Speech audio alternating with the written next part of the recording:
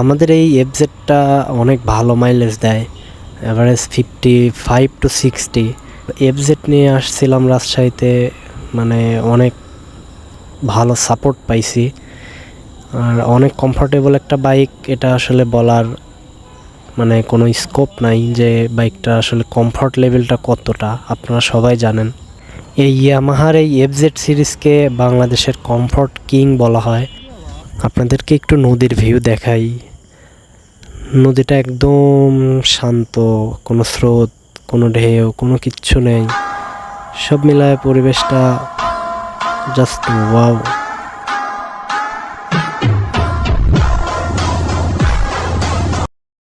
আসসালামু আলাইকুম everyone, this is SM Sohag. Welcome to my YouTube channel rock rider 1.0। কী অবস্থা সবার? আশা করছি আপনারা সবাই ভালো আছেন। আলহামদুলিল্লাহ, আমিও ভালো আছি। তো আমরা দুপুরের খাবার শেষ করে এখন যাচ্ছি পদ্মাপাড়ের উদ্দেশ্যে।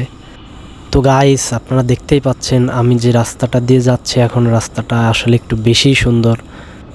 আর আপনারা যারা আগে রাজশাহীতে আসছিলেন অথবা দীর্ঘদিন ছিলেন, তারা অবশ্যই জানবেন যে রাজশাহীর শহরের মধ্যে যে রোডগুলো আছে, রোডগুলো আসলে অনেক বেশি সুন্দর।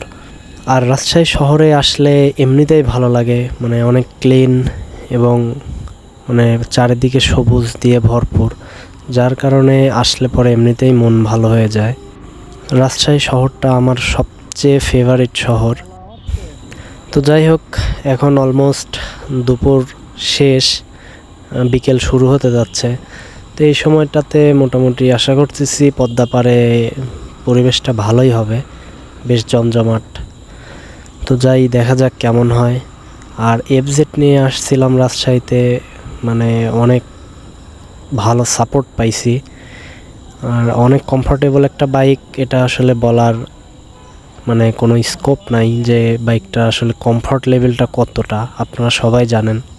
এই ইয়ামাহার এই এফজেড সিরিজকে বাংলাদেশের কমফোর্ট কিং বলা হয়। তো আমাদের মোটামুটি 250 কিলোমিটার রান করা হয়ে গেছে। তো আমাদের কোনো ক্লান্তি বা কোনো আসলে পেইন এরকম কোনো কিছু ফিল হচ্ছে না। আর ক্লান্তি বা ব্যাক পেইন কীভাবে হবে বলেন, যে এই রাস্তায় বাইক চালালে আসলে কোনো পেইন বা ক্লান্তি আসলে সহজে আসবে না। আর আমাদের পাবনাতে যদি চালাইতাম 250 কিলোমিটার, তাইলে এতক্ষণে অবস্থা খারাপ হয়ে যাইত। আর আমাদের এই এফজেডটা অনেক ভালো মাইলেজ দেয়, অ্যাভারেজ 55 to 60। আসলে এটা অবিশ্বাস্য, বাট এটা সত্যি। আর একটা বাইক তো এমনিই ভালো মাইলেজ দেয় না, ভালো মাইলেজ পেতে হলে অবশ্যই ভালো মেইনটেনেন্স করতে হয়। আর আমাদের এই বাইকে আসলে কখনো মেইনটেনেন্সের কোনো কমতি পড়ে না, যার কারণে খুব ভালো মাইলেজ দেয়। গাইস, রোডটা দেখেন, মানে রোড ভিউটা দেখেন, মানে অস্থির, মানে ওয়াও ফিল হচ্ছে। এত সুন্দর রোড আসলে। এরা এখানে কি করতেছে, একদম রোডের মধ্যে নেমে গেছে পিকচার উঠাতে। তো যেটা বলতেছিলাম যে আসলে ভালো মাইলেজ পেতে হলে ভালো মেইনটেনেন্স করতে হবে। তো আপনাদের সাথে অবশ্যই শেয়ার করব যে কি মেইনটেনেন্স করলে আসলে বাইকে ভালো মাইলেজ পাওয়া যায়। তো এটা নিয়ে একটা ভিডিও বানাবো আপনাদের জন্য ইনশাআল্লাহ। তো ভিউয়ার্স, চলে আসছি আমরা সেই পদ্মার পার।